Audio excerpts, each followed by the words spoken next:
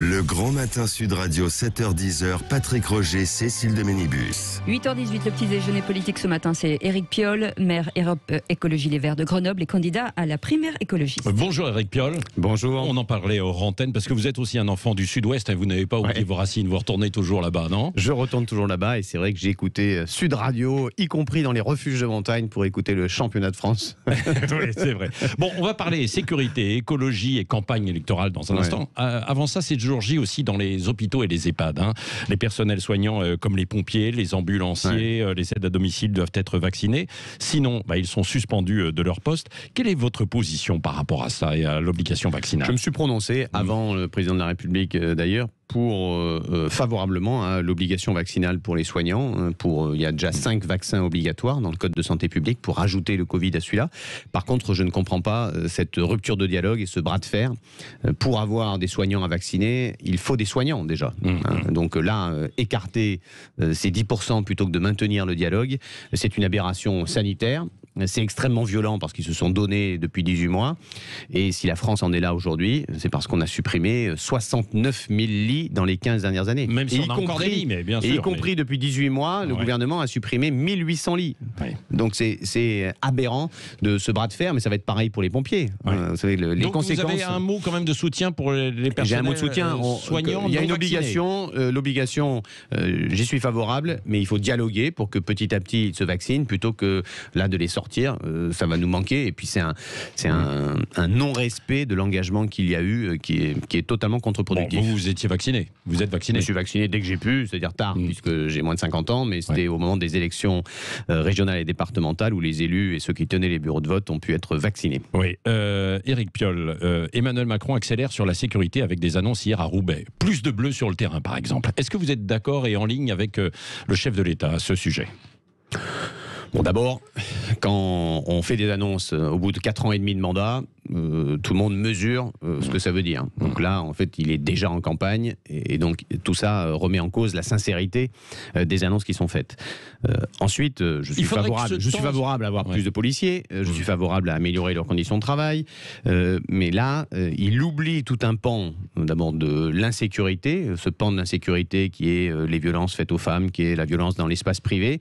Il se limite à un tout petit champ et notre politique de sécurité, ça n'est pas que une politique de police. Il y a aussi la justice, où nous avons 3 fois moins de magistrats qu'en Allemagne, par exemple, que la moyenne européenne. Et nous devons penser, quand nous pensons sécurité, nous devons penser sécurité globale, c'est-à-dire y compris en intégrant la justice. Vous savez qu'il y a 59% de récidives en France. C'est un des taux les pires. Et puis, dernier point, sur la police elle-même, qui peut croire qu'on peut doubler la présence policière sur le terrain en ayant juste comme ça, en simplifiant les démarches administratives et en simplifiant le code pénal, ça fait quand même on va en parler dans un instant, mais juste sur ce que vous avez dit, je voudrais y revenir dans un instant. Vous estimez qu'Emmanuel Macron, là, est en campagne actuellement, quoi, avec tous ses déplacements un peu partout, Oui, parce que les annonces au bout de 4 ans et demi de mandat... Comment devraient le prendre les médias, alors, parce qu'il y a eu toute la polémique autour d'Éric Zemmour, par rapport à Emmanuel Macron, qui est en campagne et qui va avoir chaque catégorie de population? C'est pas grave, je veux dire, il est président, il restera président jusqu'au bout, donc c'est normal qu'il exerce son mandat. Et c'est important pour la France qu'il exerce son mandat. Il est en campagne, donc personne, évidemment, n'est leurré quand il fait des promesses. Mais voilà, on va vivre avec ça, c'est normal, c'est à chaque campagne pareil. Oui, mais enfin là, ça démarre un petit peu tôt quand même, quoi, non? Oui, c'est la vie. Je crois que je suis pas sûr que ça lui serve en vrai, parce que quand on fait autant de promesses... ça va pas lui servir, c'est comme au congrès de la biodiversité. Quand il dit on est à 0,2% d'aire marine protégée, on va passer à 10%. Mais quand vous avez rien fait pendant 4 ans et demi, promettre tout dans les derniers mois... Pour la suite, évidemment, personne n'y croit. Est-ce que vous reconnaissez aussi qu'il y a quand même un problème d'insécurité aujourd'hui en France ? Oui, bien sûr, il y a un problème d'insécurité et donc il faut travailler. J'avais proposé quelques semaines avant que Emmanuel Macron lance ce Beauvau de la sécurité qui en fait a été un Beauvau de la police. Il faut avoir une stratégie. J'avais proposé un Beauvau de la confiance où on puisse travailler avec police, justice, associations, victimes également. Il faut mettre tout le monde autour de la table pour définir des objectifs concrets et sortir d'une politique qui pour moi est une politique laxiste parce que c'est une politique juste du chiffre, donc d'annonce, et une politique de coup de menton où on a les ministres de l'Intérieur successifs qui se déplacent sur les faits divers. Gérald Darmanin était allé chez vous, Voilà, vous étiez opposé, mais vous n'avez pas la même vision à de la police. Marseille, à Nice, à Toulouse, il va partout pour dire à chaque fois qu'il se passe quelque chose, ça ne se reproduira plus, mais personne, tout le monde voit bien que tout ça c'est de la foutaise. Donc je crois qu'il faut un peu de sérieux en matière de sécurité. Par exemple, chez vous, à Grenoble, ça continue quand même l'insécurité. Je vois que 79% des gens disent que ça fait partie des priorités, de travailler contre l'insécurité. Bien sûr, bien sûr. Et puis il faut aussi, moi j'ai fait un tour de France là depuis 10 mois, reconnaître que cette insécurité, elle est principalement sociale et climatique. Et donc il y a une insécurité en France. Oui, mais quand les policiers sont agressés, quand vous allez dans les quartiers, qu'il y a des tirs à la Kalachnikov, quand il y a du trafic de drogue, ça c'est le crime. Ça c'est le crime. Ça c'est autre chose. C'est le crime. Ça vous touche pas vous, ça me touche pas moi. Attendez, si ça touche en fait tout le monde quand même, Éric Piolle. Non, ça touche les habitants qui habitent dans des ces quartiers quartiers populaires. Ça touche les habitants des quartiers populaires. Et les cambriolages partout. Aujourd'hui, les cambriolages ont plutôt baissé.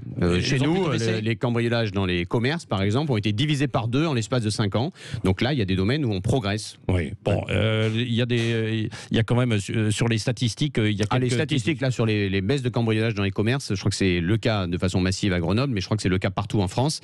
Donc il faut garder en tête. Mais pas chez les particuliers, en revanche. Hein. Ça continue d'augmenter. La prédation dans l'espace privé augmente parce que la prédation, la protection des biens augmente aussi, oui. Ouais. Bon, mais pourquoi vous êtes opposé toujours à la vidéosurveillance, ou peut-être que votre avis a changé? Mon avis n'a pas changé, je suis très pragmatique. Je suis très pragmatique là-dessus. Nous mettons des caméras là où ça sert, c'est-à-dire dans les transports en commun, dans les tramways, dans les bâtiments publics. Nous avons équipé nos policiers de caméras piétons dès que ça a été autorisé, dans l'espace public. Toutes les études montrent ça. Donc vous êtes plutôt favorable alors quand même, je suis opposé à la vidéosurveillance qui remplace les humains. Je suis opposé à la vidéosurveillance dans l'espace public qui ne sert à rien. Toutes les études montrent que ça ne protège pas, ça n'a pas d'effet dissuasif et ça sert permet de retrouver aussi des délinquants. Très peu. Dans beaucoup de villes. Très peu. Sinon, il faut passer à la reconnaissance faciale, mais quand on repassera à la reconnaissance faciale, vous serez aussi verbalisé quand vous traversez en dehors des clous, vous serez aussi verbalisé quand vous jetterez un papier par terre, c'est 68 € normalement, vous serez aussi verbalisé quand votre chien laissera sa trace sur le trottoir. Donc la reconnaissance faciale, il faut un débat public avant d'y aller. La campagne des Verts, alors 122 000 inscrits pour un premier tour demain. Votre duel avec Yannick Jadot avait été annoncé comme étant, par les médias, comme étant vraiment le grand duel. Il y a Sandrine Rousseau qui a pointé son nez, qui est sortie du bois cet été. Delphine Bateau. Et Delphine Bateau, bien sûr. Jean-Marc. Mais c'est Sandrine Rousseau qui s'est fait remarquer quand même un peu cet été. Pourquoi est-ce que, selon vous, vous seriez le plus apte à remporter cette primaire ? J'ai l'expérience des responsabilités. Cette expérience, elle ne se remplace pas. C'est que la notoriété, elle va tomber sur celui ou celle qui sera choisi là dans cette primaire par ces 120 000 personnes qui se sont inscrites. L'expérience ne se remplace pas et je suis le seul à être en capacité de rassembler depuis ceux qui ont cru en Emmanuel Macron en 2017 mais qui ont rompu avec le macronisme face à son inaction pour le climat, face à ce dérive sur les valeurs, jusque à ceux qui avaient espéré dans la démarche de Jean-Luc Mélenchon mais qui savent bien que c'est pas là que se joue la victoire. Et donc ce centre de gravité de l'arc humaniste, je l'ai montré à Grenoble, je suis en capacité d'être celui-là et c'est important d'avoir de la constance aussi, la dimension forte. Nous sommes dans un brouillard, il y a une insécurité qui est forte, une insécurité de société et de l'avenir, global, et donc global. Et donc il faut un cap qui soit clair, qui soit constant pour construire des solutions. Donc peut-être que tout le monde n'est pas d'accord avec tout ce que je propose, mais au moins quand les gens votent, ils savent pour qui ils votent et Sandrine Rousseau assume une forme de radicalité, pas de concession. Et vous-même ? Vous êtes dans le même état d'esprit ? Je me définis comme radical et pragmatique. Yannick Jadot se définissait comme radical et pragmatique. Donc la question, c'est les propositions concrètes. J'ai mis sur la table 144 propositions dans tous les domaines pour baisser nos gaz à effet de serre et créer 1,5 million d'emplois. Nous devons transformer nos problèmes en emplois. Vous savez que je viens de l'industrie. J'ai travaillé 18 ans dans l'industrie, des postes de responsabilité. Cadre, Et donc j'ai cherché là, avec les 300 personnes qui ont contribué à ce plan, à transformer nos problèmes en emplois, à identifier comment on baisse les gaz à effet de serre tout en créant de l'emploi, et c'est ce que nous avons proposé et mis sur la table. C'est concret. Si vous gagnez, est-ce que vous ferez une alliance ou pas ? Jean-Luc Mélenchon, Anne Hidalgo, la porte est ouverte ou pas ? Tout cet espace-là peut se fédérer autour de l'écologie politique. Donc oui, il y aura un bulletin Éric Piolle en avril prochain, et oui, je continue de penser, comme je l'ai fait à Grenoble, que ce bulletin, il est en capacité de fédérer très très largement. Il y aura un candidat écologiste, quoi qu'il en soit, même si par exemple Anne Hidalgo ou Jean-Luc Mélenchon étaient devant vous dans les sondages. On fait de la politique on fait de la politique fiction, mais ça n'arrivera pas. Vous savez, j'ai fait un tour de France très large, je n'ai pas senti de désir de socialisme dans le pays. Enfin, je sais pas vous, mais en tout cas, moi, j'ai vraiment été là dans plus de 75 villes et villages depuis 10 mois. Je n'ai pas senti de désir de socialisme dans le pays. Et il y a un désir de quoi alors dans le pays? On dit il y a un désir d'action. On dit de droite, beaucoup. Non, Vous il y a un sentez le désir pays à droite ou pas quand même? Non, je sens pas. Je sens le pays en insécurité, donc il est capable à la fois d'avoir un écho dans tous ceux, Éric Zemmour, là, et ces politiques xénophobes qui privatisent cette insécurité à leur profit personnel. Mais cette insécurité, elle est aussi capable de trouver une réponse dans un humanisme, cultiver le meilleur dans ce qu'on a de nous. Nous sommes tous, en tant qu'humains, capables du meilleur et du pire. Cultivons le meilleur pour tracer une société qui soit juste et qui soit en correspondance avec les défis d'aujourd'hui, et notamment le défi climatique. On le voit encore de façon dramatique ces jours derniers avec les inondations, les incendies, le gel, tout ça est évidemment frappant. Oui. Et si Yannick Jadot gagne, vous allez le soutenir quand même? Nous nous sommes tous prononcés pour soutenir le vainqueur. Moi, ma seule détermination, c'est de gagner. Donc voilà, on a toujours le temps d'envisager des défaites quand on a perdu. Pour l'instant, je travaille à convaincre, c'est le dernier jour aujourd'hui de campagne, convaincre les 120 000 électeurs qui se sont inscrits pour leur dire, voilà, vous devez choisir. Tout se passe bien pour ce scrutin, les 122 000 inscrits. Là, toute confiance. D'abord, je félicite les organisateurs et organisatrices parce qu'ils ont fait du bon boulot. Nous sommes la seule formation politique à avoir un calendrier, une méthode et à avoir tenu cela. Les autres, vous voyez ce qui se passe. Le Parti Socialiste ne sait pas encore comment il désigne. Les Républicains ne savent pas encore comment ils désignent. Donc il y a 2 candidats à l'extrême droite. Nous avons, on a affiché en toute transparence, et cette campagne des primaires a permis aussi de remettre au centre les questions fondamentales pour nos concitoyens, et l'environnement reste évidemment l'enjeu principal. J'ai regardé votre programme, c'est sans doute l'un des plus complets chez les écolos. Mais vous avez un point commun avec qui, vous savez, avec Marine Le Pen. Ça ne vous a pas échappé?